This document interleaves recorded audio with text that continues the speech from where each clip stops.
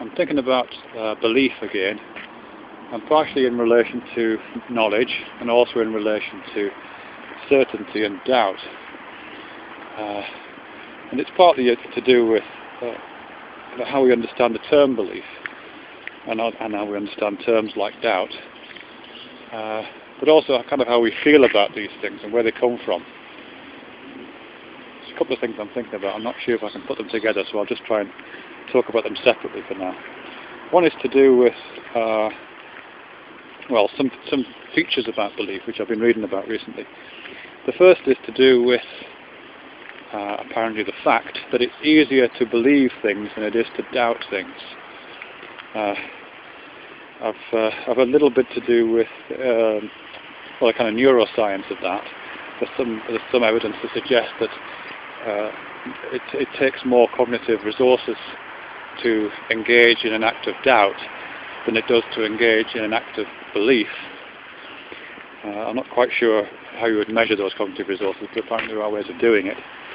And I think one of the logics behind that is that in order to doubt something, you first have to perceive it, which is a kind of belief, where you kind of have to imagine it. You have to create the thing first, and then you have to go through this additional step of doubting the existence of the thing that you've put in your cognition somehow.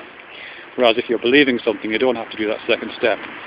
You kind of realize something, imagine or perceive something, and just hold on to that really as a belief. So there's a kind of neurological resource model for how that might be the case, why it's easier to believe something than it is to doubt something. I think there's also a kind of evolutionary account of that, which is always a little bit suspect in a way, because they always sound a little bit like just so stories. But certainly I've read somewhere, I can't remember the source unfortunately, that it would make sense, for example, if you were I don't know, a hunter-gatherer somewhere in West Africa 100,000 years ago or whenever, it would make sense for you to make mistakes in the direction of belief, preferentially, over making mistakes in the direction of doubt.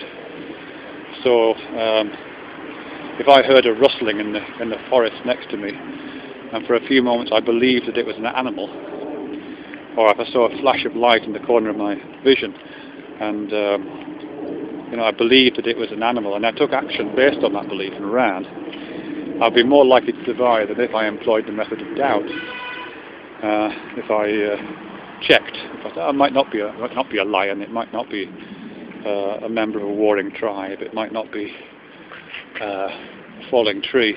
If I checked constantly and just doubted the evidence of my senses, or doubted other kinds of evidential processes, I'd have a lower survival rate. So there is a kind of evolutionary adaptive logic to that idea that again, belief is easier than doubt. I've heard that as well. I think Sam Harris talks about this actually. I'm not quite sure. He certainly did something about the neurology of belief. I've heard that put forward as an account for why, to quote Michael Sherman, why people believe strange things. Sometimes it's just easier to believe strange things than it is to disbelieve them. Evidence for doubt is sometimes quite hard to find.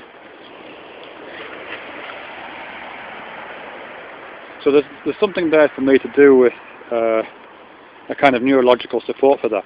But what I'm interested in, I suppose, is to do with poetic understandings of that, because this is my thing at the moment. And here, I guess I'm not sure if I can connect the dots on this one.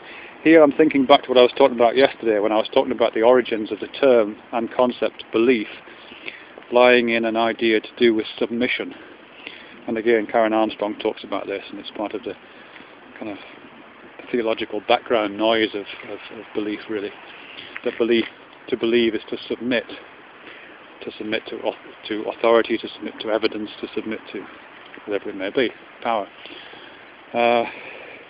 But one of the things I was thinking about in terms of that is to do with, and how this perhaps correlates with ease and difficulty, is to do with moving downwards.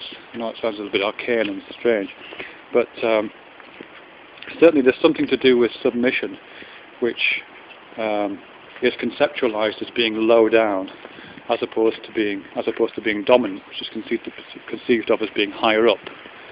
If you're submissive, you are therefore subservient to someone who is superior. So there's a kind of very strong vertical dimension just lurking behind the language there. So submissiveness is to do with downness and possibly travelling in a downward direction, as opposed to dominance, which is standing up for yourself, trying to get to the top of the totem pole, trying to raise oneself up in some way. And just from lived experience, just the simple experience of being alive on a planet that has gravity in it, which is as all things do, does give that vertical dimension a gradient of ease and difficulty. It's easier to go down than it is to go up, put simply. If I relax now, I'll fall into a puddle on the floor, and every act of standing up, every step that not just myself, but all of us take, is a small act of resistance, a resistance that, of course, we're ultimately doomed to give in to. We all fall down at the end. But I think, I don't know, I may be clutching at straws here, but for me, it seems to me that in addition to possibly a kind of resources model of belief, which indicates that it's easier to believe than it is to doubt, I think there's also a kind of poetic model, a kind of mapping from a poetic metaphor to do with belief and submission, and how submission is down, and how going down is easy, and conversely how dominance and the authority of dominance is movement up, and which is resistance against the downward motion, and which is inherently difficult.